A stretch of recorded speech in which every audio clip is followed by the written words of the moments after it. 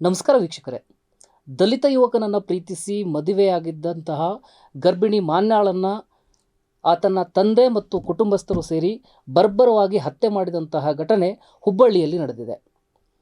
ಅನ್ಯ ಧರ್ಮ ಅಥವಾ ಅನ್ಯ ಜಾತಿಯವರನ್ನು ಮದುವೆಯಾಗುವಂಥ ಯುವಕ ಯುವತಿಯರನ್ನು ಹತ್ಯೆ ಮಾಡುವಂತಹ ಘಟನೆಗಳು ಇತ್ತೀಚೆಗೆ ಕರ್ನಾಟಕ ಸೇರಿದಂತೆ ಭಾರತದಾದ್ಯಂತ ಬಹಳಷ್ಟು ಪ್ರಕರಣಗಳು ಬೆಳಕಿಗೆ ಬರ್ತಾ ಇರುವಂಥದ್ದನ್ನು ನಾವು ಗಮನಿಸ್ತಾ ಇದ್ದೀವಿ. ಯಾಕೆ ಈ ಮರ್ಯಾದೆಗೇಡು ಹತ್ಯೆಗಳು ನಡೀತವೆ? ಇದಕ್ಕೆ ಕಾರಣಗಳೇನಿದ್ದಾವೆ? ಕಾನೂನು ಏನನ್ನು ಹೇಳ್ತದೆ? ಮರ್ಯಾದೆಗೇಡು ಹತ್ಯೆಯನ್ನು ನಿಲ್ಲಿಸಬೇಕಾದ್ರೆ ಯಾವ ರೀತಿಯ ಕಾನೂನನ್ನು ತರಬೇಕು? ಎಲ್ಲ ವಿಚಾರವನ್ನು ನನ್ನೊಟ್ಟಿಗೆ ಚರ್ಚೆ ಮಾಡಲಿಕ್ಕಾಗಿ KS ವಿಮಲಾ ಅವರಿದ್ದಾರೆ. ವಿಮಲಾ ಅವರೇ, ಕಾರ್ಯಕ್ರಮಕ್ಕೆ ಸ್ವಾಗತ. ಹುಬ್ಬಳ್ಳಿಯಲ್ಲಿ ಒಂದು ಗೊತ್ತಿಲ್ಲ, ಅದನ್ನ ಅಮಾನವೀಯ ಅಂತ ಹೇಳಬೇಕಾ, ತಲೆ ತಗ್ಗಿಸುವಂಥ ಪ್ರಕರಣ ಅಂತ ಹೇಳಬೇಕಾ, ಆ ರೀತಿಯ ಒಂದು ಘಟನೆ ನಡೆದಿದೆ. ಕಾಲೇಜು ದಿನಗಳಲ್ಲಿ ಓದ್ತಾ ಇದ್ದಂತಹ ಯುವಕ ಯುವತಿಯರು ಸಹಜವಾಗಿ ಪ್ರೀತಿಸಿ ಮದುವೆಯಾಗಿದ್ದಾರೆ. 7 ತಿಂಗಳ ಹಿಂದೆ ಮದುವೆಯಾಗಿತ್ತು. ಆ ಹುಡುಗಿ ಮಾನ್ಯ ಅನ್ನುವಂಥವಳು 5 ತಿಂಗಳ ಗರ್ಭಿಣಿ. ಕುಟುಂಬದ ವಿರೋಧ ಇತ್ತು ಮದುವೆಗೆ. ಕೊನೆಗೆ ಅವರು ವಿರೋಧವನ್ನು ಕಟ್ಟಿಕೊಂಡು ಮದುವೆಯಾಗಿದ್ದರು. ಒಂದು 6-7 ತಿಂಗಳಾಗಿದೆಯಲ್ಲ, ಅಪ್ಪ ಅಮ್ಮ ಸರಿ ಹೋಗಿರಬಹುದು ಅನ್ನುವಂಥ ಕಾರಣಕ್ಕಾಗಿ ಡಿಸೆಂಬರ್ 8ನೇ ತಾರೀಕು ಮನೆಗೇನೋ ಹೋಗ್ತಾರೆ. ಮನೆಗೆ ಹೋದ ನಂತರದಲ್ಲಿ ಮತ್ತೆ ಜಗಳ ಆರಂಭ ಆಗುತ್ತೆ. ಪೊಲೀಸ್ ರಾಜ್ಯ ಸಂಧಾನವೂ ಕೂಡ ನಡೆಯುತ್ತೆ. ಅದಾದಮೇಲೇನೋ ಸರಿ ಹೋಗ್ಬೋದು, ಪೊಲೀಸ್ ರಾಜ್ಯ ಸಂಧಾನದವರೆಗೂ ಆಗಿದೆ, ಅಪ್ಪ ಅಮ್ಮ ಸರಿ ಹೋಗ್ಬೋದು ಎನ್ನುವಂಥ ಕಾರಣಕ್ಕಾಗಿ ಮತ್ತೆ ಅವರ ಎರಡೂ ಕುಟುಂಬಗಳ ನಡುವೆ ಬೆಸೆಯುವಂಥ ಪ್ರಯತ್ನ ಆ ಎರಡೂ ಮಕ್ಕಳು ಮಾಡ್ತವೆ. ಆದರೆ ಅಂತಿಮವಾಗಿ ಸಿಕ್ಕ ಉತ್ತರ ಮಾನ್ಯಾಳನ್ನು ಬರ್ಬರವಾಗಿ ಹತ್ಯೆಗೈದಿರ್ತಕ್ಕಂಥದ್ದು. ಮತ್ತು ಯುವಕನ ಮನೆಗೆ ಹೋಗಿ ಬೆದರಿಕೆ ಹಾಕಿ ಕುಟುಂಬದ ಎಲ್ಲ ಸದಸ್ಯರನ್ನು ಕೂಡ ಒಂದು ರೀತಿಯಲ್ಲಿ ದೌರ್ಜನ್ಯ ಮಾಡುವಂಥ ರೀತಿಯೊಳಗಡೆ ಆ ರೀತಿಯ ಪ್ರಕರಣ ಹುಬ್ಬಳ್ಳಿಯೊಳಗಡೆ ನಡೆದಿದೆ. ಇದು ಆರಂಭಿಕ ಪೀಠೆಯೊಳಗಡೆ ನಿಮಗೆ ಯಾವ ರೀತಿ ಕಾಣಿಸ್ತಾ ಇದೆ ಅಂತ? ಮೊದಲನೇದಾಗಿ ಬಹುಶಃ ನಮ್ಮ ಭಾಷಾ ಪ್ರಯೋಗದಲ್ಲಿ ನಾವು ಕೂಡ ಬದಲಾವಣೆ ಮಾಡ್ಕೋಬೇಕು ಅಂತ ಅಂದ್ಕೋತೀನಿ ನಾನು. ನಾವು ಅನ್ಯ ಕೋಮು, ಅನ್ಯ ಧರ್ಮ ಅಂತ ಹೇಳ್ತೀವಲ್ಲ, ಇಲ್ಲಿ ಅನ್ಯ ಯಾವುದೂ ಇಲ್ಲ, ಎಲ್ಲವೂ ಕೂಡ ಮಾನ್ಯ. ಹಾಗೆ ಆ ಥರದಲ್ಲಿ ಆಗುವಂತಹ ಸೆನ್ಸಿಬಿಲಿಟಿಗೆ ಅಥವಾ ಎಚ್ಚರಕ್ಕೆ ಸಮಾಜ ತೆರ್ಕೋಬೇಕು. ಆಗ ಮಾತ್ರವೇ ಇಂಥ ಎಲ್ಲವೂ ಕೂಡ ನಿಲ್ಲಕ್ಕೆ ಸಾಧ್ಯ ಅಂತ. ದೆನ್ ಮಾನ್ಯಾಳ ಹತ್ಯೆ ಅತ್ಯಂತ ಬರ್ಬರ. ಹಾಗಾಗಿ ಬಹುಶಃ ತಲೆ ತಗ್ಗಿಸ್ಬೇಕು ಅಂತ ನಾವು ಹೇಳ್ತೀವಲ್ಲ, ತಗ್ಸಿದ ತಲೆ ಎತ್ತಕ್ಕೆ ಸಾಧ್ಯ ಇಲ್ಲದೆ ಇರುವ ರೀತಿಯ ಘಟನೆಗಳು ಪ್ರತಿನಿತ್ಯ ನಡೀತಾ ಇರುವಂತಹ ಹೊತ್ತು ಇದು. ಹಾಗಾಗಿ ಅವೆಲ್ಲವೂ ಕೂಡ ಒಂಥರ ಆಡಂಬರಿಕ ಅಲಂಕಾರಿಕ ಶಬ್ದಗಳಾಗಿ ನಾವು ಬಳಸ್ಬೋದೇ ಹೊರತು ಬಾರ್ಬರಿಕ ಕೃತ್ಯಗಳಿಗೆ ಒಂಥರ ನಿಯಂತ್ರಣವೇ ಇಲ್ಲದೆ ಇದ್ದಾಗ ನಾಚಿ ತಲೆ ತಗ್ಗಿಸಬೇಕಾಗಿರುವುದು ಸರ್ಕಾರ, ಅಧಿಕಾರ. ಆಯಿತಾ? ಸೊ ಇದು ನನ್ನ ಮೊದಲನೇ ಅಂಶ. ಎರಡನೇದಾಗಿ ಇದೇ ವಿಷಯಕ್ಕೆ ಸಂಬಂಧಪಟ್ಟು ನಾನು ಹೇಳೋದಕ್ಕೆ, ಬಹುಶಃ ಮಾನ್ಯ 1000ರಲ್ಲಿ ಒಬ್ಬಳಾಗಿ ಸತ್ತವಳು. ಈಗ ನೀವು ಹೇಳಿದಾಗೆ ಮನೆಯಲ್ಲಿ ಸರಿ ಹೋಗಿರಬಹುದು ಅನ್ನುವಂತಹ ಒಂದು ಆಸೆ ಆ ಮಕ್ಕಳನ್ನು ಅಲ್ಲಿಗೆ ಹೋಗುವ ಥರ ಮಾಡಿದೆ ಅಂತ ನಂಗೆ ನೆನಪಾಗುತ್ತೆ. ರಾಮನಗರ, ಮೈಸೂರು ಒಂದು ಘಟನೆ ಕೆಲವು ವರ್ಷಗಳ ಹಿಂದೆ. ಅವಳಾಗೆ ಹೋಗಿದ್ದಲ್ಲ, ಅಲ್ಲೂ ಕೂಡ ಹೀಗೆ ಎಲ್ಲೋ ಕೂಲಿ ನಾಲಿ ಮಾಡಿಕೊಂಡು ಅವರಿಬ್ಬರು ಕೂಡ ಯುವ ಜೋಡಿಗಳು ಬದುಕ್ತಾ ಇರ್ತಾರೆ. ಒಂದು ಮಗುವೂ ಆಗಿದೆ. ಮನೆಗೆ ಹೋಗಿ ಕರ್ಕೊಬಂದಿದ್ದಾರೆ, ಬಾ ಮನೆಗೆ ಬಾ ನೀನು ಅಂತ ಕರ್ಕೊಂಡು ಬಂದು ಅವಳಿಗೆ ಖಾಲಿ ಪೇಪರ್ ಮೇಲೆ ಸಹಿ ಮಾಡು ಅಂತ ಹೇಳ್ತಾರೆ. ಅವಳು ಕೇಳ್ತಾಳೆ, ಏನೋ ಪ್ರೀತಿಯಿಂದ ಮಗು ಆಗಿದೆ ಅನ್ನೋ ಕಾರಣಕ್ಕೆ ಕರ್ಕೊಬಂದ್ರಿ ಅಂತ ನಾನು ಅಂದ್ಕೊಂಡ್ರೆ ಖಾಲಿ ಪೇಪರ್ಗೆ ಸಹಿ ಮಾಡಕ್ಕೆ ಕೇಳ್ತಾ ಇದ್ದೀರಿ, ನಾನು ಆಸ್ತಿ ಕೇಳೋದೇ ಇಲ್ವಲ್ಲ ನಿಮ್ಮ ಹತ್ರ ಅಂತ ಹೇಳುತ್ತೆ. ಆಸ್ತಿ ಕೇಳೋದಿಲ್ಲ ಅಂದರೆ ಸಹಿ ಮಾಡು. ಅವಳು ಅದಕ್ಕೆ ಒಪ್ಪಲ್ಲ. ಅಂದರೆ ನನ್ನನ್ನು ಪ್ರೀತಿ ಮಾಡ್ತೀರಿ, ನನ್ನ ಪ್ರೀತಿಯನ್ನು ಅಂದರೆ ಇನ್ನೊಬ್ಬರನ್ನ ಪ್ರೀತಿ ಮಾಡಿ ಮದುವೆ ಮಾಡ್ಕೊಂಡಿದ್ದನ್ನು ಗೌರವಿಸ್ತೀರಿ ನೀವು, ನನ್ನ ಆಯ್ಕೆ ಸ್ವಾತಂತ್ರ್ಯವನ್ನು ಅಂತ ನಾನು ಬಂದಿದ್ದು. ಆದರೆ ನೀವಿಲ್ಲಿ ನನಗೆ ಬರಬೇಕಾದ ಆಸ್ತಿಯ ಪಾಲನ್ನು ಬರೆಸ್ಕೊಳ್ಳೋದಕ್ಕಾಗಿ ಮಾಡ್ತಾ ಇರೋದು. ನಿಮ್ಮ ಆಸ್ತಿ ಬೇಕಾಗಿಲ್ಲ, ಅದು ನಾನು ಸಹಿ ಮಾಡಲ್ಲ ಅಂತ. ಉರಿತಾ ಇರುವ ಬೆಂಕಿಗೆ ಆ ಮಗುವನ್ನು ತಗೊಂಡು ಹೋಗಿ ಹಾಕಿ ಸುಡ್ತಾರೆ ಮತ್ತು ಅವಳನ್ನು ಬರ್ಬರವಾಗಿ ಹೊಡೆದು ಕೊಲೆ ಮಾಡ್ತಾರೆ. ಅಗೈನ್ ಇದು ಮತ್ತೊಂದು ಘಟನೆ ಅಷ್ಟೇ. ಇಂಥದ್ದು ಬಹುತೇಕ ಇಡೀ ದೇಶದಾದ್ಯಂತ ನಡೀತಾವೆ ಅಂತ ಅನ್ನೋದನ್ನು ನಾವು NCRB ದಾಖಲೆಗಳಲ್ಲೂ ಕೂಡ ನೋಡ್ತೀವಿ. ಬಹುಶಃ ನಮ್ಮ ವೀಕ್ಷಕರಿಗೆ ನೀವು ರಾಜ್ಯವಾರು ಪಟ್ಟಿಯನ್ನು ಕೂಡ ಕೊಟ್ಟರೆ ಅದರ ಬರ್ಬರತೆ ಎಷ್ಟಿದೆ ಅಂತ ಅರ್ಥ ಆಗುತ್ತೆ. ಓಕೆ, ರಾಜ್ಯವಾರಿ ಪಟ್ಟಿ ಹೋಗೋಣ ಅಂತ. ಬಟ್ ಇಲ್ಲಿ ಒಂದು ಮಾನ್ಯಾಳ ಕೊಲೆಯಾಗಿದೆ, ಮತ್ತು 6 ತಿಂಗಳ ಮಗು ಆಕೆಯ ಹೊಟ್ಟೆಯೊಳಗಡೆ ಇತ್ತು, ಅದು ಕೂಡ ಕೊಲೆಯಾಗಿದೆ. ಇಲ್ಲಿ ಪ್ರಶ್ನೆ ಒಂದೇ ಹತ್ಯೆ ಅಲ್ಲ ಆಗಿರೋದು, ಭ್ರೂಣದ ಹತ್ಯೆ ಆಗಿದೆ. ಸೊ PCNPNDT ಆ್ಯಕ್ಟಿನ ಅಡಿಯಲ್ಲೂ ಕೂಡ ಪನಿಷಬಲ್ ಅಫೆನ್ಸು. ಜೊತೆಗೆ ನೋಡಿ, ಈ ಮರ್ಯಾದೆಗೇಡು ಹತ್ಯೆ, ಅದನ್ನು ಮರ್ಯಾದಾ ಹತ್ಯೆ ಅಂತ ಕರೀತಾರೆ. ನೋ, ನೆವರ್, ಇದು ಮರ್ಯಾದಾ ಹತ್ಯೆ ಅಲ್ಲ. ಇವನ್ ಸುಪ್ರೀಂ ಕೋರ್ಟು ಬಹಳ ಸೀರಿಯಸ್ ಆಗಿ ಇದನ್ನು ಖಂಡಿಸಿದೆ. ಆನರ್ ಕಿಲ್ಲಿಂಗ್ ಅಂತ ಯಾಕೆ ಹೇಳ್ತೀರಿ ನೀವು ಅದನ್ನು? It is no honour in it ಅಂತ ಅನ್ನೋದನ್ನು ಸುಪ್ರೀಂ ಕೋರ್ಟ್, ಕೇವಲ ಸುಪ್ರೀಂ ಕೋರ್ಟ್ ಅಲ್ಲ, ಈ ದೇಶದ ಹಲವಾರು ಕೋರ್ಟ್ಗಳು, ಕೆಳ ನ್ಯಾಯಾಲಯದಿಂದ ಹಿಡಿದು ಹೈಕೋರ್ಟ್ವರೆಗೆ ಅಥವಾ ಸುಪ್ರೀಂ ಕೋರ್ಟಿನವರೆಗೂ ಕೂಡ ಇಂತಹ ಹಲವು ಪ್ರಕರಣಗಳು, ಎಷ್ಟಾಗತ್ತೋ ಅಷ್ಟೂ ಕೋರ್ಟಿನ ಮೆಟ್ಲು ಹತ್ತಲ್ಲ, ಆದರೆ ಹಲವು ಪ್ರಕರಣಗಳು ಕೋರ್ಟಿನ ಮೆಟ್ಲು ಹತ್ತಿದ್ದಾವೆ. ಬಹುಶಃ ನಾನು ಅದರಲ್ಲಿ ಒಂದನ್ನು ಪ್ರಸ್ತಾಪ ಮಾಡ್ಬೋದು ಅಂತ ಅಂದ್ಕೋತೀನಿ. ಮನೋಜ್ ಬಬ್ಲಿ ಅನ್ನುವಂತಹ ಒಂದು ಪ್ರಕರಣ 2007ರಲ್ಲೇನೆ ಆ ಪ್ರಕರಣ ನಡೆಯೋ ಅಂಥದ್ದು. ಯಥಾ ಪ್ರಕಾರ ಹೀಗೇನೆ ಕುಟುಂಬದ ಮರ್ಯಾದೆ ಹೋಯಿತು. ಅವಳು ಯಾರನ್ನೋ ಇಷ್ಟಪಟ್ಟವನನ್ನು ಮದುವೆ ಮಾಡ್ಕೊಂಡ್ಬಿಟ್ಲು. ಆಯ್ಕೆ ಸ್ವಾತಂತ್ರ್ಯವನ್ನು ಅವಳು ಸಂವಿಧಾನ ಕೊಟ್ಟಿರುವ ಆಯ್ಕೆ ಸ್ವಾತಂತ್ರ್ಯ ಅಡಿಯಲ್ಲಿ ಹೋದ್ಲು ಅಂತ. ಅದರಲ್ಲಿ ಆ್ಯಕ್ಚುಲಿ ಯಾರು ನೇರವಾಗಿ ಆ ಪ್ರಕರಣದಲ್ಲಿ ಭಾಗಿಯಾಗಿದ್ದಾರೋ ಅವರಿಗೆ ಮರಣದಂಡನೆಯನ್ನು ಶಿಕ್ಷೆಯನ್ನಾಗಿ ವಿಧಿಸ್ತು. ಆಯ್ತಾ ಇಲ್ವಾ ಅಂತ ಕೇಳಬೇಡಿ ನೀವು. ಆಮೇಲೆ ಅದಕ್ಕೆ ಪ್ರಚೋದನೆ ಮಾಡಿದ ಅಥವಾ ಸಪೋರ್ಟಿವ್ ಆಗಿ ನಿಂತವರಿಗೆ ಜೀವಾವಧಿ ಶಿಕ್ಷೆಯನ್ನು ಕೊಡ್ತು. ಮತ್ತು ಆ ಸಂದರ್ಭದಲ್ಲಿ 2010ರಲ್ಲಿ ಇದು ತೀರ್ಪು ಪ್ರಕಟ ಆಗಿದ್ದು. ಪಿ ಚಿದಂಬರಂ ಗೃಹ ಮಂತ್ರಿಗಳು ನಾವು IPC ಕಾನೂನಿಗೆ ತಿದ್ದುಪಡಿ ತರ್ತೀವಿ ಅಂತ ಘೋಷಣೆಯನ್ನು ಕೂಡ ಮಾಡಿದರು. ಆದರೆ ಅದೇ ಸಂದರ್ಭದಲ್ಲಿ ನಂಗೆ ನೆನಪಿದೆ, ಬಹುತೇಕ ನಾವು ಕರ್ನಾಟಕದಲ್ಲೆಲ್ಲ ಏನು ಮಾತಾಡ್ಕೋತಾ ಇದ್ವಿ ಅಂತಂದರೆ, ಉತ್ತರ ಭಾರತದಲ್ಲಿ ತುಂಬ ನಡೀತದೆ ಹೀಗೆ, ಹರಿಯಾಣದಲ್ಲಿ ಸಿಕ್ಕಾಪಟ್ಟೆ ನಡೀತದೆ ಅಂತ ಅಂದ್ಕೋತಾ ಇದ್ವಿ. ದೆನ್ ದೇಶದ ಮುಂಚೂಣಿ ಮಹಿಳಾ ಸಂಘಟನೆ ಆದಂತಹ ಅಖಿಲ ಭಾರತ ಜನವಾದಿ ಮಹಿಳಾ ಸಂಘಟನೆ ಆ ಅವಧಿಯಲ್ಲೇನೆ ತುಂಬ ಹೋರಾಟಗಳನ್ನು ಹರಿಯಾಣದಲ್ಲಿ ಮಾಡ್ತಾ ಇತ್ತು. ಯಾಕೆಂದರೆ ನಮ್ಮ ಬಹುತೇಕ ಜಡ್ಜ್ಮೆಂಟ್ಗಳು ಸುಪ್ರೀಂ ಕೋರ್ಟ್ ಇರಬಹುದು ಅಥವಾ ಬೇರೆ ಬೇರೆ ಡೆಲ್ಲಿ ಹೈಕೋರ್ಟಿನ ಸಂದರ್ಭದಲ್ಲೂ ಇರ್ಬೋದು, ಕಾಫ್ ಪಂಚಾಯತ್ ಅಂತ ಬಳಸ್ತಾರೆ. ಸೊ ಕಾಫ್ ಪಂಚಾಯತ್ ಅಂದರೆ ಏನಂದರೆ, ಊರಲ್ಲಿ 4 ಜನ ಹಿರಿಯರು ಅಂತ ಕರೆಸಿಕೊಳ್ಳುವವರು ಒಟ್ಟಿಗೆ ಸೇರಿ ಪಂಚಾಯಿತಿ ಮಾಡಿ ತೀರ್ಮಾನ ಕೊಡ್ತಾರಲ್ಲ, ಅಂಥದ್ದನ್ನು ಹೆಚ್ಚಾಗಿ ಆಧರಿಸಿ ತೀರ್ಪುಗಳು ಇದ್ದಾವೆ. ಸೊ ಅಂತಹ ಕಾಫ್ ಪಂಚಾಯತ್ಗಳನ್ನು ವಿರೋಧಿಸಿ ಹಳ್ಳಿಗಳಲ್ಲಿ ಜನ ಬದುಕಕ್ಕೆ ಸಾಧ್ಯ ಇಲ್ಲ. ಬಡವರು, ಅಂಚಿಗೆ ತಳ್ಳಲ್ಪಟ್ಟಂತಹ ಸಮುದಾಯದವರು ಯಾರು ಕೂಡ ಬದುಕಕ್ಕೆ ಸಾಧ್ಯ ಇಲ್ಲ ಅಂತದಿರುವಾಗ ಅಖಿಲ ಭಾರತ ಜನವಾದಿ ಮಹಿಳಾ ಸಂಘಟನೆ ದೊಡ್ಡ ಹೋರಾಟವನ್ನು ಮಾಡಿತ್ತು.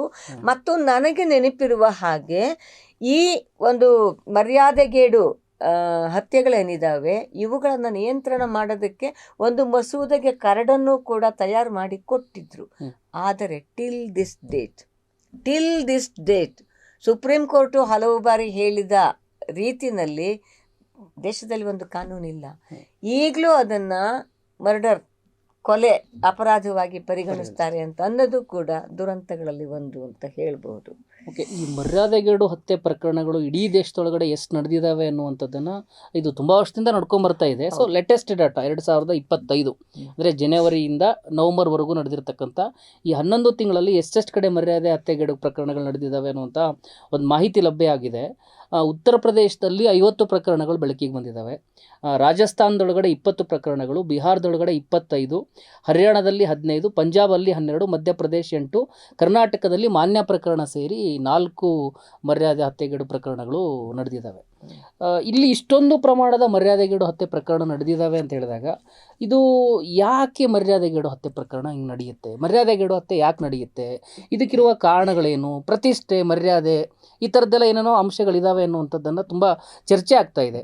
ಹಾಗಾಗಿ ನೀವು ನಿರ್ದಿಷ್ಟ ಏನು ಕಾರಣ ಕೊಡ್ಲಿಕ್ಕೆ ಬಯಸ್ತೀರಿ ಇದಕ್ಕೆ? ಒಂದು ಬೇಕೋ ಬೇಡವೋ ಜಾತಿ, ಶ್ರೇಣೀಕೃತ ಜಾತಿ ವ್ಯವಸ್ಥೆನಲ್ಲಿ ತೊಳಲಾಡ್ತಾ ಇರುವಂತಹ ಸಮಾಜ ಇದು. ಯಾರು ಬದುಕ್ತಾ ಇಲ್ಲ, ತೊಳಲಾಡ್ತಾ ಇರುವಂತಹ ಸಮಾಜ ಅದು. ಶ್ರೇಷ್ಠತೆಯ ವ್ಯಸನವನ್ನು ಅಂಟಿಸ್ಕೊಂಡವರು ಕೂಡ ಸುಖವಾಗಿಲ್ಲ, ಕನಿಷ್ಠರು ಅಂತ ತಳ್ಳಲ್ಪಟ್ಟವರು ಕೂಡ ಸುಖವಾಗಿರೋಕ್ಕೆ ಸಾಧ್ಯವೇ ಇಲ್ಲ. ಸೊ ಅಂಥದ್ದೊಂದು ಶ್ರೇಣೀಕೃತ ಜಾತಿ ವ್ಯವಸ್ಥೆ ಒಂದು. ಎರಡನೇದು, ಅದೇ ಜಾತಿ ಅದೇ ಪಂಗಡ ಅಂತ ಇರುವಾಗಲೂ ಕೂಡ ಬಡವ ಮತ್ತು ಶ್ರೀಮಂತ ಅನ್ನುವಂತಹ ಹ್ಯಾವ್ಸ್ ಆ್ಯಂಡ್ ಹ್ಯಾವ್ ನಾಟ್ಸ್ ಅಂತ ನಾವೇನು ಹೇಳ್ತೀವಿ ಇಂಗ್ಲೀಷಲ್ಲಿ, ಅವುಗಳ ಮಧ್ಯದಲ್ಲಿ ಇರುವಂತಹ ಆ ತಾರತಮ್ಯದ ಧೋರಣೆ ಇದು ಬಹುತೇಕವಾಗಿ ನಡೆಯುವಂಥದ್ದು. ಬಹುತೇಕ ಇನ್ಫ್ಯಾಕ್ಟು ಕೋರ್ಟ್ಗಳು ಇದ್ರ ಬಗ್ಗೆ ಮಾತಾಡುವಾಗ ಬಹಳ ಸ್ಪಷ್ಟವಾಗಿ ಹೇಳ್ತೇವೆ. ಡಿಸೆಂಬರ್ 14, 2025 ಮದ್ರಾಸ್ ಹೈಕೋರ್ಟ್ನಲ್ಲಿ ಮದುರೈ ಪೀಠದಲ್ಲಿ ಒಂದು ಜಜ್ಮೆಂಟ್ ಬಂದಿದೆ, ಯಾವುದೋ ಒಂದು ಇಂಥದ್ದೇ ಒಂದು ಪ್ರಕರಣಕ್ಕೆ ಸಂಬಂಧಪಟ್ಟು ಬಹಳ ಸ್ಪಷ್ಟವಾಗಿ ಹೇಳುತ್ತೆ. ಕೋರ್ಟ್ ಏನು ಹೇಳಿದೆ ಅದನ್ನೇ ಓದ್ತೀನಿ ನಾನಿಲ್ಲಿ. Honour killing is an outrage of humanity and the most dishonourable act non.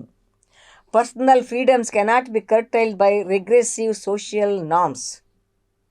ಅಂದರೆ ನಿನ್ನ ಆಯ್ಕೆಯ ಸ್ವಾತಂತ್ರ್ಯ, ಅದು ಹುಡುಗ ಇರ್ಬೋದು, ಹುಡುಗಿ ಇರ್ಬೋದು, ಅಥವಾ ಯಾರೇ ಇರ್ಬೋದು, ಈ ದೇಶದಲ್ಲಿ ಬದುಕುವಂತಹ ಯಾವುದೇ ವ್ಯಕ್ತಿಗಳಿಗೆ ಆಯ್ಕೆ ಸ್ವಾತಂತ್ರ್ಯವನ್ನು ನಮ್ಮ ಸಂವಿಧಾನ ಕೊಟ್ಟಿದೆ. ಸೊ ಈ ಥರದ killings in the name of honour ಅಥವಾ ಮರ್ಯಾದೆಯ ಹೆಸರಿನ ಈ ಹತ್ಯೆಗಳಿದಾವಲ್ಲ, ಈ ಘೋರ ಕೃತ್ಯಗಳಿದಾವಲ್ಲ, ಇವು ನಮ್ಮ ಸಂವಿಧಾನದ 14, 19 ಮತ್ತು 21 ಖಂಡಿತವಾಗ್ಲೂ ಕೂಡ ಅವು ಉಲ್ಲಂಘಿಸ್ತವೆ ಅಂತ ಅನ್ನೋದನ್ನು ರಿಪೀಟೆಡ್ಲಿ ಮತ್ತೆ ಮತ್ತೆ ಮತ್ತೆ ಮತ್ತೆ ಬಹುತೇಕ ಕೋರ್ಟ್ಗಳು ಹೇಳಿದಾವೆ ಅಂತ ಅನ್ನೋದನ್ನು ನಾವು ಅರ್ಥ ಮಾಡ್ಕೋಬೇಕು.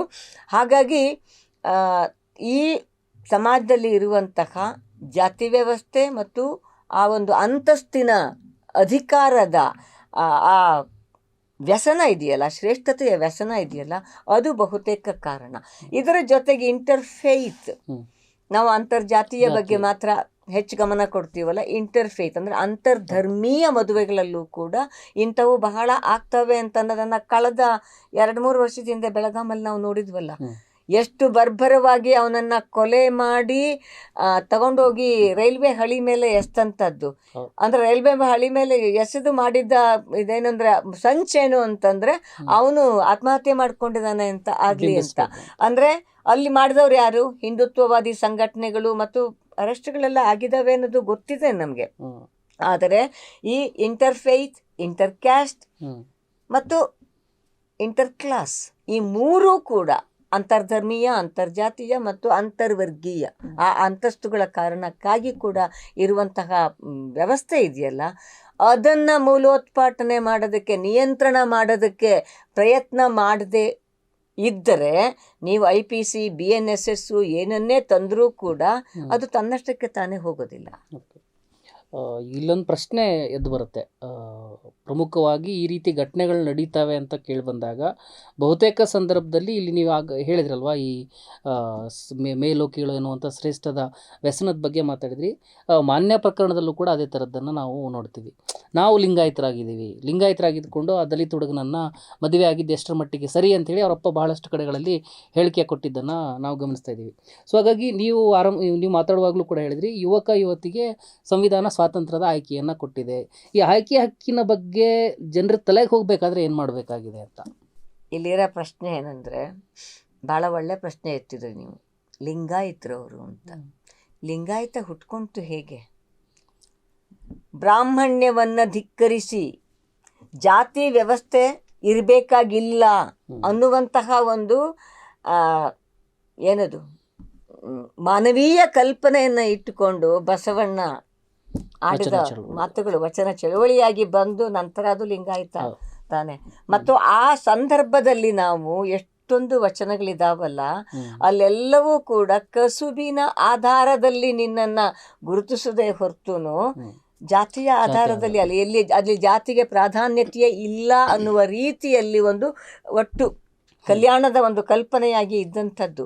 ಸೊ ಅಂತಹ ಲಿಂಗಾಯತ ಸಮುದಾಯ ನಾವು ಅಂತ ಹೇಳಿಕೊಂಡು ಲಿಂಗಾಯತಕ್ಕೆ ಅವಮಾನ ಮಾಡುವಂತಹ ಕೆಲಸವನ್ನು ಮಾನ್ಯಳ ಪೋಷಕರು ಮಾಡಿದ್ದಾರೆ ಅಂತ ಅಂದರೆ, ಇಲ್ಲಿರುವಂತಹ ಜಾತಿಯ ಧರ್ಮದ ಆ ಒಂದು ಅಫೀಮು ಅಂತ ನಾವೇನು ಹೇಳ್ತೀವಲ್ಲ, ಅದು ಮನುಷ್ಯರ ತಲೆ ಒಳಗಡೆ ಎಷ್ಟು ಗಟ್ಟಿಯಾಗಿ ಇಳಿದಿದೆ ಅಂತ ಅನ್ನೋದು ಅತಿ ಮುಖ್ಯವಾದಂಥದ್ದು.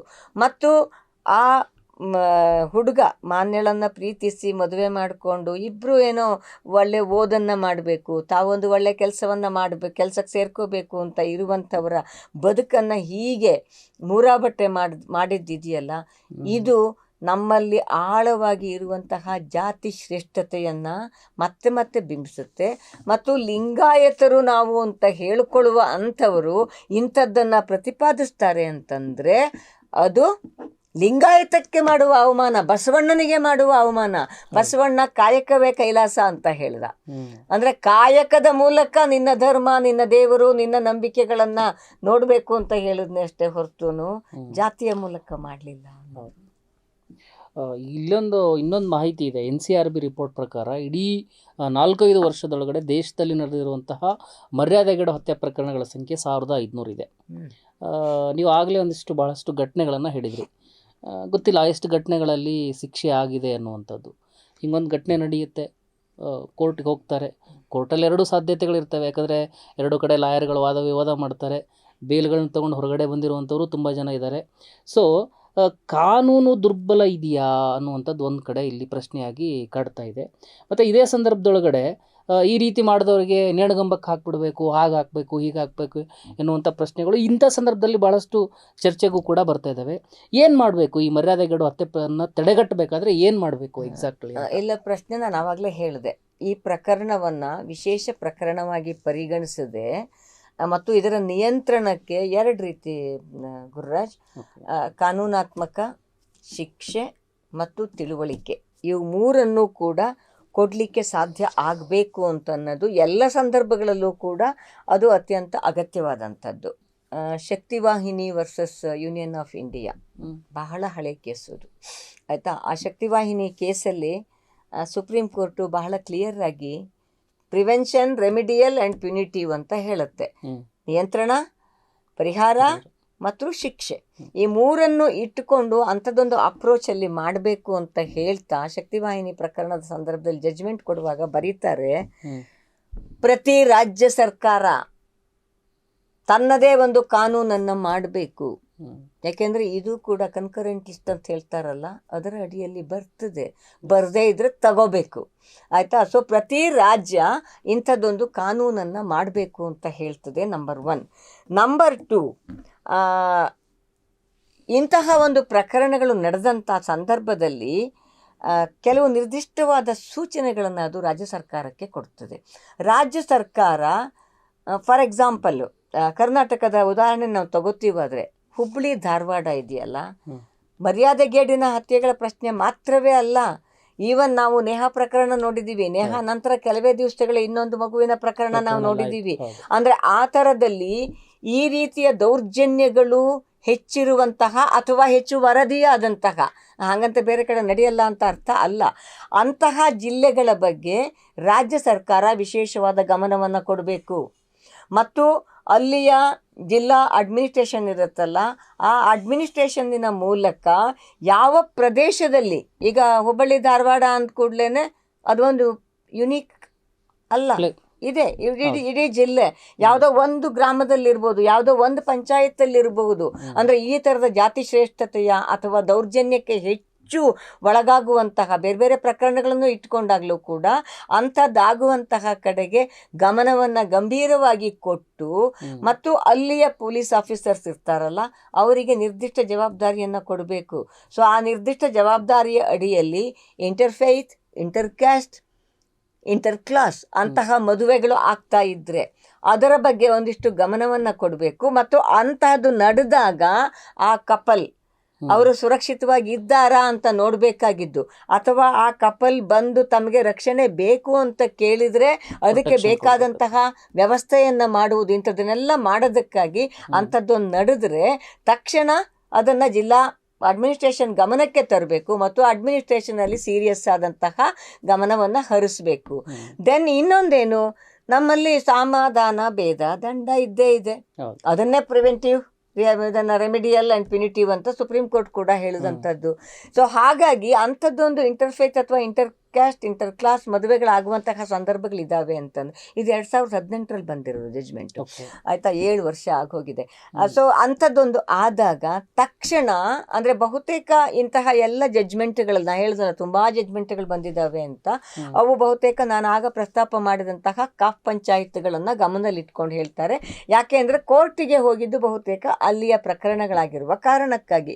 ಸೊ ಅವ್ರು ಏನು ಹೇಳ್ತಾರೆ, ಆ ಕಾಫ್ ಪಂಚಾಯತ್ ಅಂಥದ್ದೇನಾದರೂ ಸೇರ್ತಾ ಇದೆಯಾ ಅನ್ನೋದನ್ನು ಗಮನಿಸಬೇಕು ಮತ್ತು ಅವರಿಗೆ ತಿಳುವಳಿಕೆಯನ್ನು ಕೊಡಬೇಕು. ಸಂವಿಧಾನಾತ್ಮಕವಾದಂತಹ ಹಕ್ಕುಗಳೇನು ಮತ್ತು ಅದನ್ನು ಕಾಪಾಡುವ ಕರ್ತವ್ಯಗಳೇನು, ಅದನ್ನು ಉಲ್ಲಂಘಿಸಿದರೆ ಶಿಕ್ಷೆ ಏನು ಅಂತ ಅನ್ನೋದನ್ನು ಯಾರು ಇಂತಹ ಪರ್ಪೆಟ್ರೇಟರ್ಸ್ ಅಂತ ಕರೀತಾರಲ್ಲ, ಯಾರು ಮಾಡ್ತಾರೋ ಅಥವಾ ಮಾಡುವಂತಹ ಒಂದು ಪ್ರೇರೇಪಣೆಯನ್ನು ಇದ್ದವ್ರು ಇದ್ದಾರೋ ಅವರಿಗೆ ನೀವು ತಿಳುವಳಿಕೆಯನ್ನು ಕೊಡಬೇಕು ಮತ್ತು ಶಿಕ್ಷೆಯ ಎಚ್ಚರವನ್ನು ಕೂಡ ಕೊಡಬೇಕು ಅನ್ನೋದನ್ನು ಕೂಡ ಹೇಳುತ್ತೆ. ಎಲ್ಲಾಗಿದೆ? ನೋ ವೇರ್ ಅದಾಗ್ತಾ ಇರೋದು. ನಾನು ಆಗಲೇ ಹೇಳಿದಾಗೆ ರಾಜಸ್ಥಾನದಲ್ಲಿ ಮಾತ್ರ ಒಂದು ಇಂತಹ ಮಸೂದೆಯನ್ನು ಅಂಗೀಕಾರ ಮಾಡಿ, ಅದೇನೋ killings in the name of honour, preventive and something ಅನ್ನೋ ಥರದಲ್ಲಿ ಒಂದು ಮಸೂದೆಯನ್ನು ಪಾಸ್ ಮಾಡಿದ್ದಾರೆ. ಇದು ಹೈ ಟೈಮ್. ಕರ್ನಾಟಕ ಗೌರ್ಮೆಂಟು, ಯಾಕೆ ಅಂತಂದರೆ ನಾನು ನಿನ್ನೆ ನೋಡ್ತಾ ಇದ್ದೆ, ನಮ್ಮ ಕಾರ್ಮಿಕ ಮಂತ್ರಿಗಳು ಸಂತೋಷ್ ಲಾಡ್ ಅವರು ಅವ್ರು ಫೇಸ್ಬುಕ್ಕಲ್ಲಿ ಬರ್ಕೊಂಡಿದ್ದಾರೆ. ಸಂತೋಷ, ಅಂಥದ್ದೊಂದು ಎಚ್ಚರಿಕೆ ಒಬ್ಬ ಮಿನಿಸ್ಟ್ರು ಒಳಗಾಗಿರೋದು ಮತ್ತು ತಕ್ಷಣ ತನ್ನ ಫೇಸ್ಬುಕ್ಕಲ್ಲಿ ಬರ್ಕೊಂಡು ಪಬ್ಲಿಕ್ ಪ್ಲ್ಯಾಟ್ಫಾರ್ಮಿಗೆ ಅದನ್ನು ಬಿಟ್ಟಿದ್ದಿದೆಯಲ್ಲ, it's a good move. But ಮಾನ್ಯ ಸಚಿವರೇ, ಅಷ್ಟೇ ಸಾಕಾಗಲ್ಲ. ಇಮ್ಮಿಡಿಯೇಟಾಗಿ, ಯಾಕೆ ಅಂತಂದರೆ ಇದು ಶಕ್ತಿವಾಹಿನಿ ವರ್ಸಸ್ ಯೂನಿಯನ್ ಆಫ್ ಇಂಡಿಯಾದಲ್ಲಿ ಸುಪ್ರೀಂ ಕೋರ್ಟ್ ಹೇಳುವಾಗ ರಾಜ್ಯ ಸರ್ಕಾರದ ಗೃಹ ಮಂತ್ರಾಲಯಕ್ಕೆ ನಿರ್ದಿಷ್ಟವಾದ ಜವಾಬ್ದಾರಿಯನ್ನು ಕೊಡ್ತದೆ. ಗೃಹ ಮಂತ್ರಾಲಯದ ಸೆಕ್ರೆಟರಿಗಳು ಇಂಥವುಗಳನ್ನು ಗಮನಿಸಬೇಕು ಅಂತ ಹೇಳ್ತದೆ. ಹಾಗಾಗಿ ನಾವೀಗ ನೋಡ್ತಾ ಇದ್ದೀವಿ, ಧರ್ಮಸ್ಥಳದ ಪ್ರಕರಣ ಎಷ್ಟು ದೊಡ್ಡ ಸುದ್ದಿಯನ್ನು ಮಾಡಿದರೂ ಕೂಡ ಗೃಹ ಮಂತ್ರಾಲಯ ಸಾಧ್ಯವಾದಷ್ಟು ಅದನ್ನು ಕೌಂಟ್ ಡೌನ್ ಮಾಡುವಂತಹ ಕೆಲಸಕ್ಕೆ ಪ್ರಯತ್ನ ಮಾಡ್ತಾ ಇರುವಾಗ ಗಂಟ್ಲಿಗೆ ಕೈ ಹಾಕೋ ಕೆಲಸ. ಹೌದು. ಹಾಗಾಗಿ ಹುಬ್ಬಳ್ಳಿಯ ಈ ಪ್ರಕರಣ ಇದೆಯಲ್ಲ, ಇದು ಸರ್ಕಾರಕ್ಕೆ ಇದು ಸಕಾಲ ಒಂದು ರಾಜ್ಯದ ಕಾನೂನನ್ನು ತರಲಿಕ್ಕೆ. ಮತ್ತು ಹಾಗೆ ಕಾನೂನನ್ನು ತರಬೇಕಾದ್ರೆ ಸುಮ್ಮನೆ ಏನೋ ಕೂತ್ಕೊಂಡು, ಈಗ ಮೊನ್ನೆ ತಂದಿದ್ದಾರಲ್ಲ ದ್ವೇಷ ಭಾಷಣ ನಿಯಂತ್ರಣ ಮಸೂದೆ, ತುಂಬ ಅದ್ರ ಬಗ್ಗೆ ವಾದ ವಿವಾದಗಳು ವಿರೋಧಗಳು ಕೂಡ ಬರ್ತಾ ಇದ್ದಾವೆ. ಅಫ್ಕೋರ್ಸ್ BJP ಕಾಫ್ ಪಂಚಾಯತನ್ನು ಸಪೋರ್ಟ್ ಮಾಡುವ, ಹೆಣ್ಮಕ್ಳಿಗೆ ಆಯ್ಕೆ ಸ್ವಾತಂತ್ರ್ಯ ಬೇಕಾಗಿಲ್ಲ ಅಂತ ಹೇಳುವ ಅಂತಹ ಸ್ಮೃತಿಯನ್ನು ತಮ್ಮ ಸಂವಿಧಾನ ಧ್ಯೇಯವಾಕ್ಯವಾಗಿ ಇಟ್ಕೊಂಡವರು ವಿರೋಧ ಮಾಡೋದು ಬೇರೆ. ಬಟ್ ಅತ್ಯಂತ ಪ್ರಜ್ಞಾಪೂರ್ವಕವಾಗಿ ಈ ದೇಶದ ಸೆಕ್ಯುಲರ್ ಡೆಮೊಕ್ರೆಟಿಕ್ ನೇಚರು ಕ್ಯಾರೆಕ್ಟ್ರು ಉಳಿಬೇಕು ಅಂತ ಹೇಳೋರು ಕೂಡ ಕೆಲವು ರೀತಿಯ ಅನುಮಾನಗಳನ್ನು ಎತ್ತಿದಾರಲ್ಲ, ಅಂಥ ರೀತಿಯ ಅನುಮಾನಗಳು ಬರುವುದಕ್ಕೆ ಆಸ್ಪದ ಇಲ್ಲದೆ ಇರುವ ಥರದಲ್ಲಿ ಸೋಷಿಯಲ್ ಆ್ಯಕ್ಟಿವಿಸಮಲ್ಲಿ ಆಯ್ಕೆ ಸ್ವಾತಂತ್ರ್ಯದ ಪರವಾಗಿ ಇರುವಂಥವರನ್ನು ಇಟ್ಟುಕೊಂಡು ಮತ್ತು ಈ ಥರ ಆಲೋಚನೆ ಮಾಡುವ ಕಾನೂನು ತಜ್ಞರನ್ನೂ ಇಟ್ಟುಕೊಂಡು ಒಂದು ಸಮಗ್ರವಾದಂತಹ ಮಸೂದೆಯನ್ನು ಮಂಡನೆ ಮಾಡೋದಕ್ಕೆ ಇದು ಸಕಾಲ ಅಂತ ನಾನು ಹೇಳೋದಕ್ಕೆ ಬಯಸ್ತೀನಿ. ಹಾಗಾಗಿ ಕೇವಲ ಕಾನೂನಲ್ಲಿ ಸಮಸ್ಯೆಯ ಅಂತ ಕೇಳಿದರೆ ಈಗ 302 ಆ ಥರದ ಪ್ರಕರಣಗಳಾಗಿ, ಅಂದರೆ ಮರ್ಡರ್ ಪ್ರಕರಣಗಳಾಗಿ ನೋಡ್ತಾರೆ. ಬಟ್ ನೋ, ಸಾಕಾಗಲ್ಲ. ವಿಶೇಷ ಕೋರ್ಟನ್ನು ಮಾಡಬೇಕು. ಅಗೇನ್ ಶಕ್ತಿವಾಹಿನಿನಲ್ಲಿ ಸುಪ್ರೀಂ ಕೋರ್ಟ್ ಹೇಳುತ್ತೆ, ನೀವು ಫಾಸ್ಟ್ ಟ್ರ್ಯಾಕ್ ಸ್ಪೆಷಲ್ ಕೋರ್ಟ್ಗಳನ್ನು ಮಾಡಬೇಕು 6 ತಿಂಗಳ ಒಳಗಡೆ ಅನ್ನುವಂತಹ ಕೆಲವು ನಿಬಂಧನೆಗಳನ್ನು ಮಾಡುತ್ತೆ. ಹಾಗಾಗಿ ಅದನ್ನು ಆನರ್ ಮಾಡೋದಿದೆಯಲ್ಲ, ದಟ್ ಈಸ್ ದಿ ಆನರ್ ಅಂತ ಆಗತ್ತೆ ಅಂತ ನಾನು ಭಾವಿಸ್ತೀನಿ. ನೀವು ಸರ್ಕಾರದ ಹೊಣೆಗಾರಿಕೆ ಬಗ್ಗೆ ಮಾತಾಡ್ತಾ ಇದ್ರಿ, ಮರ್ಯಾದೆಗಳು ಹತ್ತಿ ತಡಿಬೇಕಾದ್ರೆ ವಿರೋಧ ಪಕ್ಷದ ಜವಾಬ್ದಾರಿಯೂ ಕೂಡ ಅಷ್ಟೇ ಇದೆ ಅಂತೇಳಿ ನನಗೆ ಅನ್ನಿಸ್ತಾ ಇರುವಂಥದ್ದು. ಆದರೆ ಕರ್ನಾಟಕದಲ್ಲಿ ಏನಾಗ್ತಾ ಇದೆ ಅಂತ ಹೇಳಿದ್ರೆ, ಒಂದು ಹೆಣ ಬಿದ್ದರೆ ಸಾಕು, ಅದನ್ನ ಇಟ್ಕೊಂಡು ರಾಜಕೀಯ ಮಾಡೋದಕ್ಕೆ ವಿಪಕ್ಷಗಳು ಮತ್ತು ಸರ್ಕಾರ ಇಬ್ಬರು ಜಿದ್ದಾಜಿದ್ದಿಗೆ ಬಿದ್ದಿರೋ ಥರದಲ್ಲಿ ಆಡ್ತಾ ಇರುವಂಥದ್ದನ್ನ ಗಮನಿಸ್ತಾ ಇದ್ದೀವಿ. ಇಂಥ ಸಂದರ್ಭದಲ್ಲಿ ಹೊಣೆಗಾರಿಕೆ ಪ್ರದರ್ಶನ ಹೇಗೆ ಮಾಡೋದು ಅನ್ನುವಂಥದ್ದು ಒಂದು ಪ್ರಶ್ನೆ ಇದೆ. ನೀವು ಹೆಣದ ರಾಜಕಾರಣ ಹೇಳ್ತಾ ಇದ್ದೀರಿ, ಧರ್ಮದ್ವೇಷದ ರಾಜಕಾರಣ ಮತ್ತು ಹೆಣದ ರಾಜಕಾರಣ ಮಾಡುವಾಗ ಇಂತಹ ಕ್ರಿಮಿನಲ್ ಅಫೆನ್ಸು ಕೂಡ, ಫಾರ್ ಎಕ್ಸಾಂಪಲ್ಲು ಕಳೆದ ಲೋಕಸಭಾ ಚುನಾವಣೆಯಲ್ಲಿ ನಾವು ಮಾತಾಡಿದ್ದೀವಿ, ನಮ್ಮ ಮೀಡಿಯಾದಲ್ಲಿ ನಾವು ಮಾತಾಡಿದ್ದೀವಿ ಅದನ್ನು. ನೇಹಾ ಪ್ರಕರಣ ಆದಾಗ ಚುನಾವಣೆಯ ಫಲಿತಾಂಶವನ್ನೇ ಬದಲಿಸುವ ಮಟ್ಟಕ್ಕೆ ಅದನ್ನು ಬಳಸ್ಕೊಂಡ್ರು. ಜಗದೀಶ್ ಶೆಟ್ಟರ್ ಅವರ ಮಗ ಪ್ರದೀಪ್ ಶೆಟ್ಟರ್ ಹೋಗಿ ಅದು ಹೋರಾಟ ನಡೀತಾ ಇದ್ದಂತ ಜಾಗಕ್ಕೆ ಹೋಗಿ ಬೆಂಬಲ ಕೊಟ್ಟಿದ್ದಾರೆ ಹೊರತಾಗಿ ನಿರ್ದಿಷ್ಟವಾಗಿ ಬಿಜೆಪಿ ಇಲ್ಲಿವರೆಗೂ ಏನೂ ಮಾಡಿಲ್ಲ ಆ ವಿಚಾರ. ಅಂದ್ರೆ ಅದೇನೆ, ಅಂದ್ರೆ ಯಾಕೆ ಅಂತಂದ್ರೆ ಅಲ್ಲಿ ಲಿಂಗಾಯತ ಅನ್ನುವಂತಹ ಒಂದು ಅದನ್ನು ಜಾತಿಯಾಗಿ ಪರಿಗಣಿಸ್ಬಿಟ್ಟಿದಾರಲ್ಲ, ಆ ಜಾತಿಯಾಗಿ ಪರಿಗಣಿಸಿದ ಹಿನ್ನೆಲೆಯಲ್ಲಿ ಅದು ಅವರಿಗೆ ವೋಟ್ ಬ್ಯಾಂಕು. ಮಾನ್ಯಾಳಂತಹ ಒಂದು ಮಗು ಮತ್ತು ಅವಳ ಹೊಟ್ಟೆ ಒಳಗಿರುವಂತಹ ಇನ್ನೊಂದು ಮಗು ಅವರಿಗೆ ಮುಖ್ಯ ಆಗಲ್ಲ. ಸೊ ಲಿಂಗಾಯತರ ಮತವನ್ನು ಮಾತ್ರವೇ ಗಮನದಲ್ಲಿ ಇಟ್ಕೊಂಡು ನಾನು ಕೇಳಕ್ಕೆ ಬಯಸ್ತೀನಿ. ಮನೆಯಲ್ಲೋ ಪತ್ರಿಕೆಯಲ್ಲಿ ನೋಡ್ತಾ ಇದ್ದೆ, ಹೇಟ್ ಸ್ಪೀಚ್, ದ್ವೇಷ ಭಾಷಣವನ್ನು ನಿಯಂತ್ರಿಸುವ ಮಸೂದೆಗೆ ಅಲ್ಲೆಲ್ಲೋ ಇದ್ದುಕೊಂಡು ಪತ್ರ ಬರೀತೀನಿ ನಾನು ಗವರ್ನರಿಗೆ ಅಂತ ಶೋಭಾ ಕರಂದ್ಲಾಜೆ ಹೇಳಿದ್ದನ್ನು ನಾನು ಶೋಭಾ ಕರಂದ್ಲಾಜೆ ಅವ್ರಿಗೆ ಕೇಳಕ್ಕೆ ಬಯಸ್ತೀನಿ. ಇರ್ರೆಸ್ಪೆಕ್ಟಿವ್ ಆಫ್ ಪೊಲಿಟಿಕಲ್ ಅಫಿಲಿಯೇಷನ್, ಮಾನ್ಯಳ ಕೊಲೆಯ ಬಗ್ಗೆ ನಿಮ್ಗೆ ಏನು ಅನಿಸುತ್ತೆ? ಮಾನ್ಯಳ ಹೊಟ್ಟೆ ಒಳಗಡೆ ಇರುವಂತಹ ಮಗುವನ ಜೀವವನ್ನು ಹೊಸಕ್ಕೆ ಹಾಕಿದ್ರ ಬಗ್ಗೆ ನಿಮ್ಗೇನು ಅನಿಸುತ್ತೆ? ಅವ್ರನ್ನ ಲಿಂಗಾಯತರಾಗಿ ನೋಡ್ತೀರಾ ನೀವು ಅಥವಾ ಕೊಲೆಗಾರರನ್ನಾಗಿ ನೋಡ್ತೀರಾ? ಒತ್ತಾಯ ಮಾಡಬೇಕಾಗಿರೋದು ಇವಾಗ ಶೋಭಾ ಕರಂದ್ಲಾಜೆ ಅವರು ಇರಬಹುದು, ಅಥವಾ ನೀವು ಹೇಳಿದಾಗೆ. ಯಾಕೆ ಈ ಮಾತನ್ನು ಹೇಳ್ತೀನಿ ಅಂದರೆ, ಒಂದು ಜವಾಬ್ದಾರಿಯುತ ವಿರೋಧ ಪಕ್ಷವಾಗಿ ಸರ್ಕಾರವನ್ನು ಸರಿದಾರಿಗೆ ತರುವ, ಸರ್ಕಾರವನ್ನು ಪ್ರಶ್ನಿಸುವಂತಹ ಅಧಿಕಾರ ಇದೆಯಲ್ಲ ಜನಪ್ರತಿನಿಧಿಗಳಾಗಿ. ಹಾಗಾಗಿ ತಕ್ಷಣದಲ್ಲಿ ಬರಬೇಕಾಗಿರೋದು ಏನು ಅವರಿಂದ ಅಂತಂದರೆ, ನೋಡಿ ಉತ್ತರ ಭಾರತದಲ್ಲಿ ಮಾತ್ರ ನಡೀತಾ ಇದೆ ಅಂತ ಅಂದ್ಕೊಂಡಿದ್ದೀವಿ. ಅಫ್ಕೋರ್ಸ್ ನಾವು ಉತ್ತರ ದಕ್ಷಿಣ ಅಂತ ಡಿವೈಡ್ ಮಾಡಲ್ಲ, ಆದರೆ ಎಕನಾಮಿಕಲಿ ಸೋಷಿಯಲಿ ಬ್ಯಾಕ್ವರ್ಡ್ ಆಗಿ ಅವರನ್ನು ಪ್ರಜ್ಞಾಪೂರ್ವಕವಾಗಿ ರಾಜಕೀಯ ಕಾರಣಗಳಿಗಾಗಿ ಉಳಿಸಿರುವಂತಹ ಸಂದರ್ಭ ಇದೆಯಲ್ಲ, ಆ ಕಾರಣಕ್ಕಾಗಿ ಉತ್ತರ ಭಾರತದಲ್ಲಿ ಮಾತ್ರ ಆಗ್ಬಿಡ್ತಾ ಇದೆ ಅಂತ ನಾವು ಅಂದ್ಕೋತಾ ಇದ್ದಿದ್ದು. ಕರ್ನಾಟಕದಲ್ಲೇ 10 ಪ್ರಕರಣ ವರದಿಯಾಗಿದೆ ಅಂದರೆ ಅಂತಹ ಒಂದು ನಾಚಿಕೆಗೇಡಿನ ಸಂಗತಿ ಇನ್ನೊಂದಿಲ್ಲ. ಹಾಗಾಗಿ ತಕ್ಷಣ ಮಸೂದೆಯನ್ನು ಇಲ್ಲಿ ತರಬೇಕು ಮತ್ತು ಮಸೂದೆಯನ್ನು ಕಟ್ಟುನಿಟ್ಟಾಗಿ ಕಾನೂನಾಗಿ ಪರಿವರ್ತಿಸಿ ನಿಯಮಗಳನ್ನು ಅಳವಡಿಸಿ ಜಾರಿಗೆ ತರಬೇಕು ಅಂತ ಮಾತಾಡಿದರೆ ಅವರು, ಆವಾಗ ನಾನು ಅವ್ರನ್ನೊಬ್ಬ ಜವಾಬ್ದಾರಿಯುತ ವಿರೋಧ ಪಕ್ಷ ಅಂತ ಕರೀಬಹುದು. But no, they are not. Okay, ಈ ಮರ್ಯಾದೆಗೇಡು ಪ್ರಕರಣವನ್ನು ಇನ್ನೊಂದಿಷ್ಟು ತಡೆಯೋದಕ್ಕೆ ರಾಜ್ಯದೊಳಗಡೆ ಒಂದು ಸರ್ಕಾರ ವಿಪಕ್ಷಗಳು ಮಾಡಬೇಕಾಗಿರುವಂಥದ್ದು ಒಂದು ದೊಡ್ಡ ಜವಾಬ್ದಾರಿ ಅವ್ರ ಮೇಲಿದೆ. ಅದರೊಟ್ಟಿಗೆ ಚಳುವಳಿಗಳು ಒಂದು ಜವಾಬ್ದಾರಿಯನ್ನು ಹೊತ್ಕೋಬೇಕು, ಮತ್ತು ಶಿಕ್ಷಣ ಮುಖ್ಯವಾಗಿ ಪ್ರಮುಖ ಜವಾಬ್ದಾರಿಯನ್ನು ಒಪ್ಕೊಳ್ಳೋದು. ಅಂದರೆ ಶಿಕ್ಷಣ ಮೀನ್ಸ್ ಅಲ್ಲಿರುವಂತಹ ಟೀಚರ್ಗಳು ಮತ್ತು ಮೇಸ್ಟ್ರುಗಳು ಅದ್ರ ಬಗ್ಗೆ ಜಾಗೃತಿಯನ್ನು ಮೂಡಿಸುವಂಥ ಕೆಲಸ ಮಾಡಬೇಕು. ನನಗೆ ಗೊತ್ತಿರೋ ಪ್ರಕಾರ ಎಲ್ಲೂ ಕೂಡ ನಮ್ಮ ಸಮಾಜ ವಿಜ್ಞಾನದ ಉಪನ್ಯಾಸಕರು ಅಥವಾ ಮೇಸ್ಟ್ರುಗಳು ಇಲ್ಲಿವರೆಗೂ ಈ ಜಾತಿ ತಾರತಮ್ಯ ಅಥವಾ ಅದರ ಏನಿದೆ ಅಸ್ಪೃಶ್ಯತೆ ಅದು ಇದು ಈ ವಿಚಾರಗಳನ್ನು ಫೋಕಸ್ಡ್ ಆಗಿರೋ ಉದಾಹರಣೆಗಳನ್ನ ಕೊಟ್ಕೊಂಡು ಪಾಠ ಮಾಡಿದ್ದು ನಾನೆಲ್ಲೂ ಕೂಡ ಗಮನಿಸ್ತಾ ಇಲ್ಲ. ಸೊ ಅವರೆಲ್ಲರ ಹೊಣೆಗಾರಿಕೆ ಯಾವ ರೀತಿ ಇದೆ, ಏನು ಮಾಡಬೇಕು ಅಂತೇಳಿ ಅಂತಿಮವಾಗಿ ಏನು ಹೇಳಲಿಕ್ಕೆ ಬಯಸ್ತೀರಿ? ಇಲ್ಲಿ ಪ್ರಶ್ನೆ ಇರೋದು, ಶಿಕ್ಷಣ ಅಂತ ಅನ್ನೋದು ಅತ್ಯಂತ ಮುಖ್ಯವಾದಂತಹ ಒಂದು ಭಾಗ. ಶಿಕ್ಷಣ ಅಂತಂದರೆ ಅಕ್ಷರ ಜ್ಞಾನದ ಜೊತೆಗೆ ಲೋಕಜ್ಞಾನ ಅನ್ನೋದಿದೆಯಲ್ಲ. ಸೊ ಆ ಲೋಕಜ್ಞಾನವನ್ನು ಯಾಕೆ ಅಂತಂದರೆ, ಇಂತಹ ಈ ಪ್ರಕರಣಗಳೆಲ್ಲ ದಾಖಲಾಗ್ತಾವಲ್ಲ, ಅದು ಮರ್ಯಾದೆಗೇಡು ಹತ್ಯೆ ಸಂದರ್ಭ ಇರಬಹುದು, ಅತ್ಯಾಚಾರದಂತಹ ಸಂದರ್ಭ ಇರಬಹುದು, ಅಥವಾ ಸ್ತ್ರೀ ಭ್ರೂಣ ಹತ್ಯೆಯ ಸಂದರ್ಭ ಇರ್ಬೋದು. ಇಂತಹ ಯಾವುದೇ ಪ್ರಕರಣಗಳು ಕೇವಲ ಅಕ್ಷರ ವಂಚಿತರು ಮಾತ್ರ ಮಾಡ್ತಾರೆ ಅಂತ ನಾವು ಅಂದ್ಕೋಬೇಕಾಗಿಲ್ಲ ಅಲ್ವಾ? ಸೊ ಹಾಗಾಗಿ ಅಕ್ಷರಜ್ಞಾನ ಮತ್ತು ಲೋಕಜ್ಞಾನ ಇವೆರಡನ್ನ ಜೊತೆಗೆ ತಗೊಂಡು ಹೋಗುವಂತಹ ರೀತಿಯಲ್ಲಿ ಒಂದು ಪಠ್ಯಗಳಲ್ಲಿ ನಿಜವಾದ ಅರ್ಥದಲ್ಲಿ ಸಂವಿಧಾನವನ್ನು ಬೋಧಿಸೋದಕ್ಕೆ ಸಾಧ್ಯ ಆಗಬೇಕು. ಆಗ ಆರ್ಟಿಕಲ್ 14 ಅಂದ್ರೇನು, 19 ಅಂದ್ರೇನು, 21 ಅಂದ್ರೆ ಏನು ಅಂತ ಅನ್ನೋದು ಅರ್ಥ ಆಗಲಿಕ್ಕೆ ಸಾಧ್ಯ ಆಗುತ್ತೆ. ಮತ್ತು ಪಂಚಾಯತಲ್ಲಿ ಸಾಮಾಜಿಕ ನ್ಯಾಯ ಸಮಿತಿಗಳು ಅಂತ ಇರ್ತವೆ. ಆ ಸಾಮಾಜಿಕ ನ್ಯಾಯ ಸಮಿತಿಗಳ ಮೂಲಕ ಒಂದು ಪಂಚಾಯತ್ ಅಂತಂದರೆ ಬೃಹತ್ ಅಲ್ಲ, ಅದು ಒಂದು ಲೋಕಸಭಾ ಕ್ಷೇತ್ರ ಅಂದರೆ ಬೃಹತ್ತು. ಆದರೆ ಪಂಚಾಯತ್ ಹಂತದಲ್ಲಿ ಅಂಥದ್ದೊಂದನ್ನು ನೀವು ತಗೊಳ್ಳಿಕ್ಕೆ ಸಾಧ್ಯ ಆದರೆ, ಅಥವಾ ಅಂಥದ್ದೊಂದು ವ್ಯವಸ್ಥೆಯನ್ನು ರೂಪಿಸೋದಕ್ಕೆ ಸಾಧ್ಯ ಆದರೆ, ಆಗ ಈಗ ಫಾರ್ ಎಕ್ಸಾಂಪಲ್ ಹೇಳಿದ್ನಲ್ಲ, ಕರ್ನಾಟಕ ಸರ್ಕಾರ ಒಂದು ಕಾನೂನು ತರಬೇಕು ಅಂತ ನಾನು ಈಗಲೇ ಸಲಹೆ ಕೊಡ್ತೀನಿ. ಅದರಲ್ಲಿ ಅವರು ಒಂದು ಸಣ್ಣ ಅಳವಡಿಕೆ ಮಾಡಬಹುದಾಗಿದ್ದು, ಪಂಚಾಯತ್ಗಳಲ್ಲಿ ಸಾಮಾಜಿಕ ನ್ಯಾಯ ಸಮಿತಿಗಳು ನಿರ್ದಿಷ್ಟವಾಗಿ ಇಂತಹ ಲಿಂಗ ಸಂವೇದನೆ, ವರ್ಗ ಸಂವೇದನೆ ಮತ್ತು ಆಯ್ಕೆ ಸ್ವಾತಂತ್ರ್ಯದ ಸಂವಿಧಾನದ ಸಂವೇದನೆಯನ್ನು ಮಾಡಿಸುವಂತಹ ಕೆಲಸಗಳನ್ನು ಮಾಡಬೇಕು. ಮತ್ತು ಅಂಥದ್ದನ್ನು ಮಾಡೋದಕ್ಕೆ ಸಿದ್ದರಾಮಯ್ಯನವರದ್ದು ಎಷ್ಟು ಬಹುಶಃ 16ನೇದೋ 17ನೇದೋ ಏನದು ರೆಕಾರ್ಡ್ ಬಜೆಟ್ ಆಗ್ತದೆ ಅಂದ್ಕೋತೀನಿ ಫೆಬ್ರವರಿಯಲ್ಲಿ. ಸೊ ಆ ಬಜೆಟಲ್ಲಿ ಇಂಥವುಗಳಿಗಾಗಿ ಒಂದಿಷ್ಟು ಹಣವನ್ನು ಮೀಸಲಿಡಬೇಕು.